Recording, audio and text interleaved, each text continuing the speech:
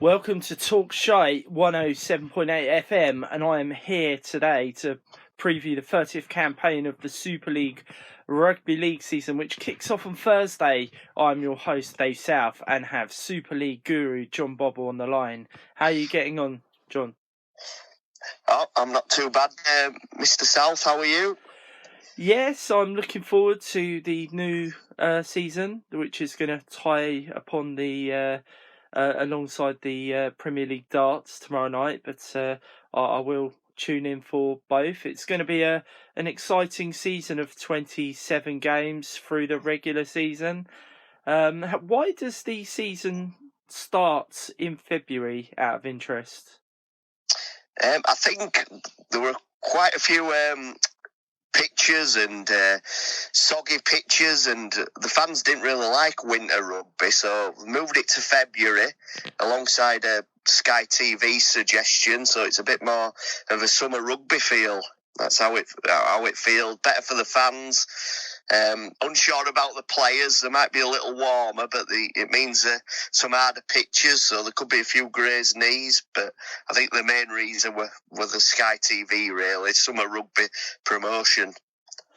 Yeah, admittedly, as the football season and other sports sort of unwind from their winter campaigns, and you have cricket coming into the summer, rugby league is a good alternative. And admittedly, over the last few years, what's attracted me is the Magic Weekend, which takes place in May time, I believe. Yep, it's back in Newcastle this year. It moved from Leeds, which were a one-season sort of wonder at Ellen Road, but it's back in Newcastle. And that's where every team competes over the weekend for the viewers that aren't sure what the Magic Weekend is. It's a cracking little concept, and I suggest it's a nice weekend away if anyone fancies going up to Newcastle. Yeah, admittedly, I've been, although I'm going to talk about the rugby union codes. Rugby fans all seem to be very respectful of each other broadly, in that you can get fans that can sit and drink together, whereas in other sports such as football, you don't get this. I feel as though with the aggression being taken out on the pitch, it's a different shade of fan, so to speak. But I'm going to push slightly on that Wakefield are back in the Super League. They romped to the 2024 Betfred Championship in some style last term. They took the grand final, toppling Toulouse 36-0 in what was the highest attended game of the season in that league. Tell us a little bit about how morale is in the Wakefield camp coming back into the Super League fold. I won't lie, Mr. South. I've been a Wakefield fan all my life, and it really feels this time is different. We've got our new owner, Matt Ellis. He's taken the club on. He's owner of DIY Kitchens, which is a massive kitchen firm across the country. And it just feels like we could be the Man City of rugby league. He's putting his money where his mouth is. He's helped build the Neil Fox stand, and he's improving the ground as we speak. And he's getting some exciting players through the door. We've got Mike McMeekin, Tom Johnston's back, two England internationals. And we've got a halfback called Jake Truman, who on his day, he could be up there looking for an England spot as well.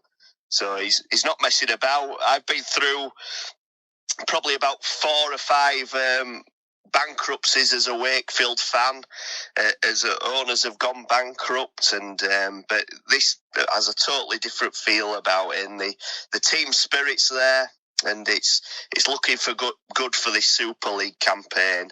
And Darryl Powell, he got Castleford to a grand final and a Challenge Cup final, so I think we've got the right coach in place as well. Yeah, admittedly, looking at the prices for the outrights, I must admit that the fans that aren't aware of Wakey's dominance last season should sort of take note that during the 26-game campaign, they amassed an impressive 1,010 points, achieving the best iron defence of just conceding 262 points, losing one game in the campaign. And with them priced at 125 to 1 to win outright, I think that's a little bit disrespectful, in my view. Yeah, I do as well. I mean, a bet that actually caught my eyes, Wakefield, it's a little outside shot, but we're priced at 13 to 2 at Boyle Sports for top 6. I think earlier on last week it were Ladbrokes at 13 to 2, but they've come in quite a lot, so I think they might have had some interest for that. I'm only saying that because the team camaraderie is there, and we're signing young, hungry players this year with a mix of experience. We have signed players in the past where, you see them upfield, they've come on with bandaged knees, they might have had reputation, but it's the last sort of final payday. It just feels all a bit different.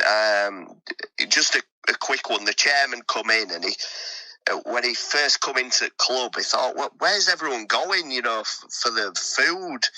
And they were going to the local Greasy Spoon Cafe, no disrespect to that cafe. So what he's done is he's built a new cafeteria in the club. He's done a players' lounge. He goes, no, we must sit as a team. Little things like that's different. It's a total different club for this season. And at 13 to 2, I'm willing to take a little bet. And I was surprised that Hull are 3 to 1 for the playoffs, and we're 13 to 2. So I fancy Hull again to be in bottom 3 this season. Yeah, admittedly, I love that community spirit that you talk about. That all for one, and all. And just touching on the top 6, the bookies seem to have the top 4 sewn up with Wigan, St Helens, Warrington, and Hull, Kingston.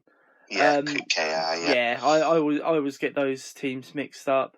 I suppose Leeds are a noteworthy 8 to 15 to take the 5th place, or better, and you've got the likes of Catalan that are evens or greater. I will say that as of 3:30 on Wednesday afternoon, I can verify that 13 to 2 with Boyle Sports is still available, and just to note that it is as short as 9 to 2 with Sky Bet. Yeah. Good spot that, Dave. I do think Catalan look good at evens for the top 6. You've touched on it. I have got my doubts about Leeds, however. I do have my doubts because they've signed the big name signing, Sivo, the Fijian flyer on the wing, and he's actually done his cruciate ligament and he's out for the season, which isn't good. And a lot of people haven't touched on it. Reece Martin, which I think were probably the most important player at Leeds, has actually left for Hull KR this year, and people forget what a good goal kicker he was. There were a lot of 2 points he added as well. So I do have my doubts about the Rhinos. I think Catalan at home are very strong, and they've got something to prove after last year. So I think even money for them top 6 is a better bet.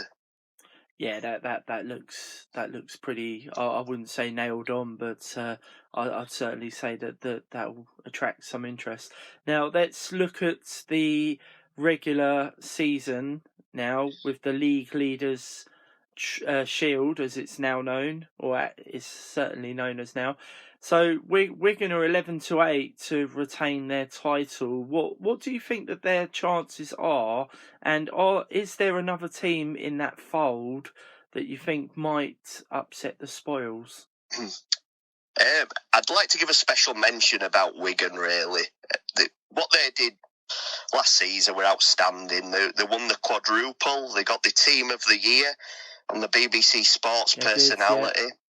And Matt Peet, the Wigan coach, he's won an unbelievable 7 trophies in less than 100 games. That's incredible. He's got 2 Challenge Cups. He's won 2 Grand Finals, 2 League Leaders Shield, and the World Club Challenge, which is incredible. What a team.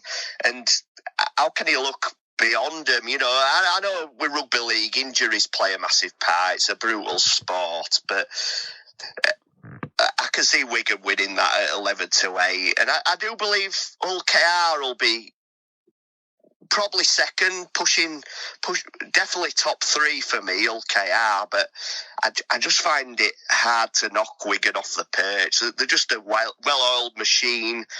You've got a great academy, young players. They just coach players to a different level. They've really took the mantle off of St Helens in the last couple of years.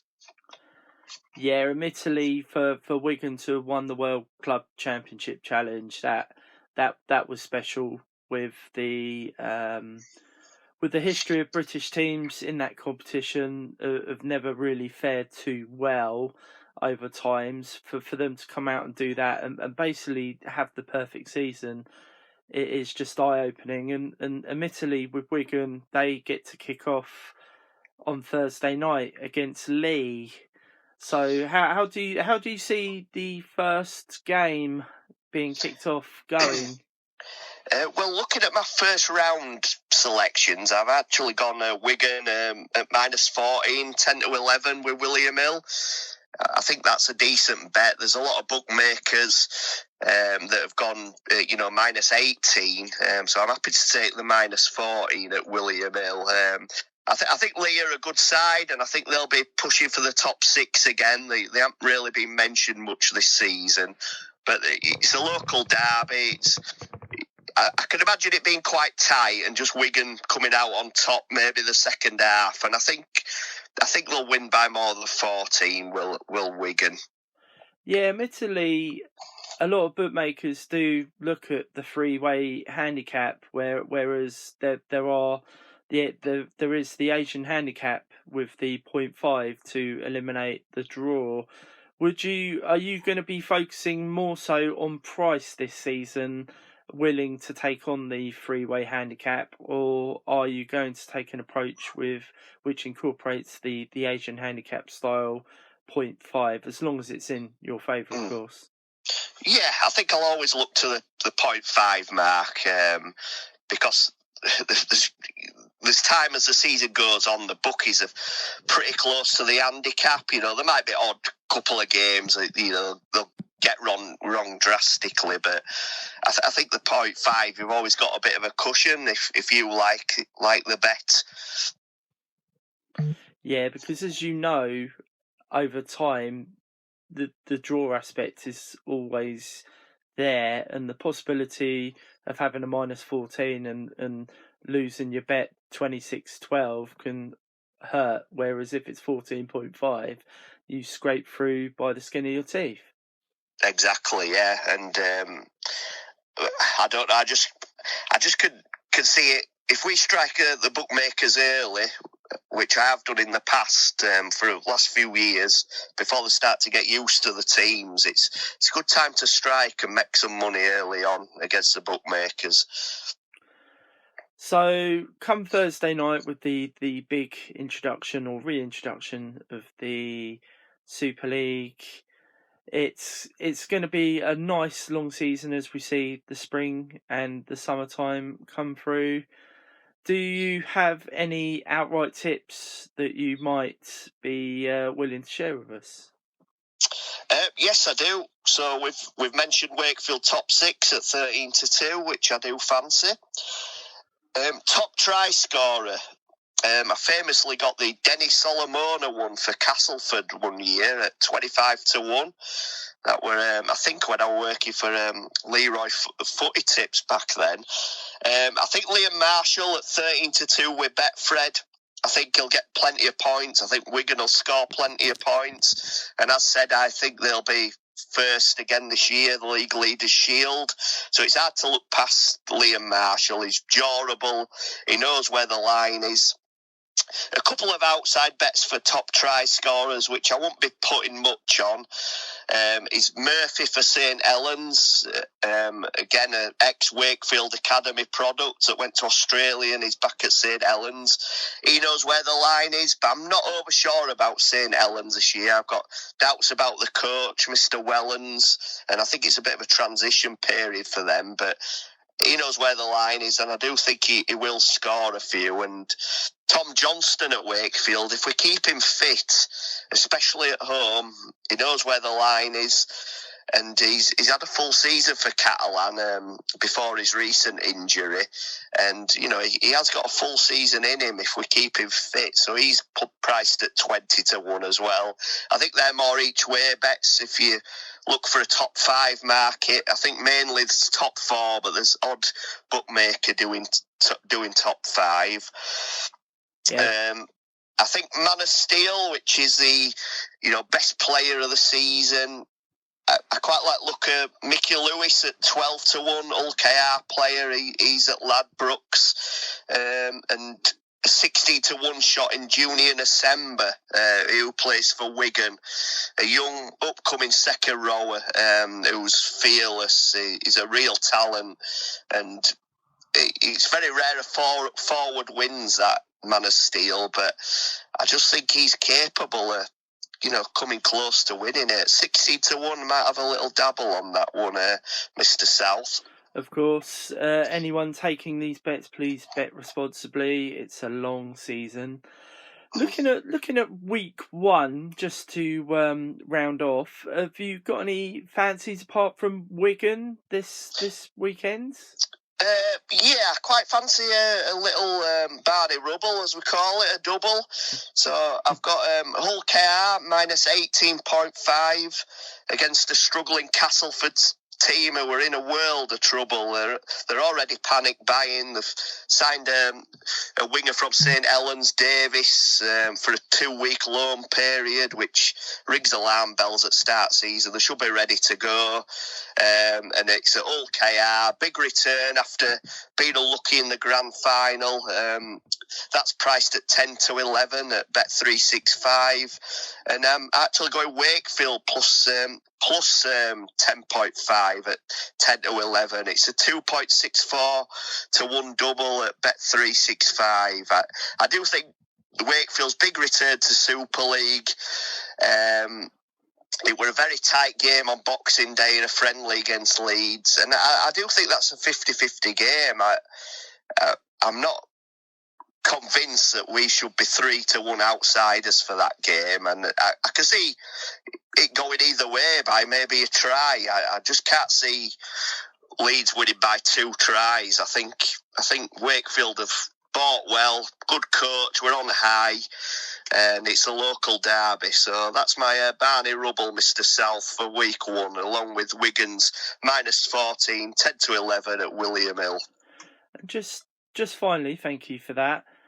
The Racing Post have said that there were no worse team last season than Castleford. Do you think that they are literally curtains this season to finish rock bottom?